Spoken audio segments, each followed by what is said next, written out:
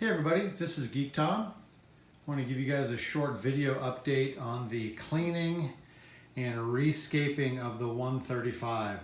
Tried taking a couple of still pictures, but the depth of this tank, for whatever reason, just does not translate well when it comes to photographs. You can't really see the depth of it, so I thought maybe just taking a quick video would help. So for those of you guys that are familiar with this tank when I first set it up, if you're a member of our awesome aquarium club Scape at scapeclub.org, you know that this is like a typical 135 that's turned on its side. You've got the typical 135 length of 72 inches, but instead of being 24 inches high and 18 inches wide, you've got the opposite. So you've got the 24-inch length, the 24-inch depth from front to back, and the 18-inch height.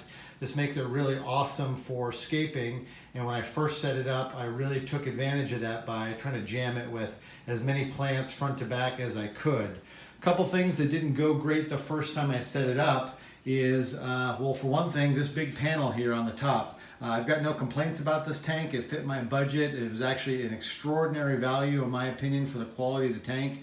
But having this big 24 by 24 inch pane of glass really makes it hard to scape, especially if you've got stems back there that need a lot of trimming. The other thing is, you can see I wanted to have some emergent growth coming here out of the top, which I've kept from the original design, but honestly I overdid it. I had too much wood in the tank. It was definitely adding to an organic richness of the water that made it very hard for me to get nice clear conditions, and I think ultimately added to a big algae break that I had, which I'm going to talk about in just a second. So at one point I removed just about everything from this tank over the last 24 hours to reset it. The reason I did it twofold. One is I had added 5 redhead geophagus in here, and that was a bad decision. They were too aggressive for the rest of the inhabitants. They basically bullied everybody so that there were no more fish swimming in the front of the tank, when one of the things I really wanted the most of is a lot of activity and motion back and forth in the tank. The geos didn't allow for that.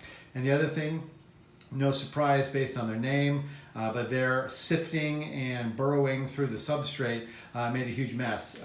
My mistake, I did not think about the fact that they would not constrain themselves to only sifting through the sand to the front. They dug through all the substrate everywhere and deposited all the substrate everywhere. So very quickly, my front and my back portions got all mixed up. So this new layout does a couple of things. One is it removes a whole lot of the extra branches that I had coming out of each wood piece here. I wanted to look like there were multiple gnarled roots coming out of the substrate and into the forefront. I've reduced that to maybe about 10% of them. So there's a lot less wood in the tank, which means you've got more of these kind of cool caves, more swimming space, better water flow as well. On this side, I removed over half of the wood that was here. This centerpiece used to be a little more than twice the size and also had a whole lot of roots coming out in the front. You can see that I've eliminated almost all of those.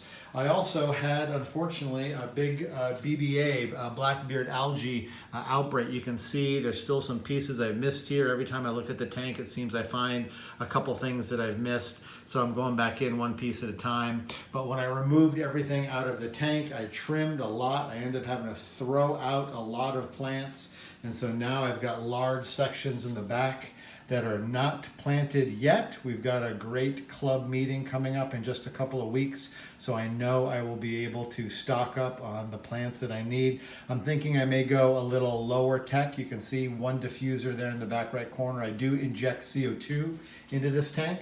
I've got a diffuser on either side, not super efficient. Most people would go with a sump with this size tank, but it wasn't in the budget for me. You can see I've also greatly slimmed back on the amount of plants in the back. Got some Luigia ovalis here, some cardinalis, I think that's how you pronounce it, the cardinal plants back there. Relatively slow growers, they bush out without needing a ton of trimming, and they're basically going to be responsible for filling out the back along with the rest of the swords. I also had to greatly slim down the sword collection. There was a lot of them, and they had a lot of the blackbeard algae. So you can see There's room for growth. I've got room for expansion. You can see the other diffuser there. Oh, and there's one of the baby angels. When I pulled out the geos, I replaced them with some beautiful juvenile koi angels. They're gonna be much more peaceful. They're gonna fit into the tank a lot better. I also picked up a Holland ram. He's still a little shy. I don't know if you can see him. He likes hanging out. Oh, there he is. He likes hanging out in this cave right here. A Holland ram is basically a German blue ram that's been bred for extra size. This beauty is about 4 inches long, a little more than 4 inches long, about 2.5 inches thick. He's got a real thick body, some beautiful coloring. He'll get more used to coming out as things go. Oh, and there's a rare sighting of one of my Bolivian rams. There were originally 5 Bolivian rams in this tank, but the geos got really aggressive and killed 2 of them. They also killed a lot of my gold laser cories. They did not share the front of the tank very well at all.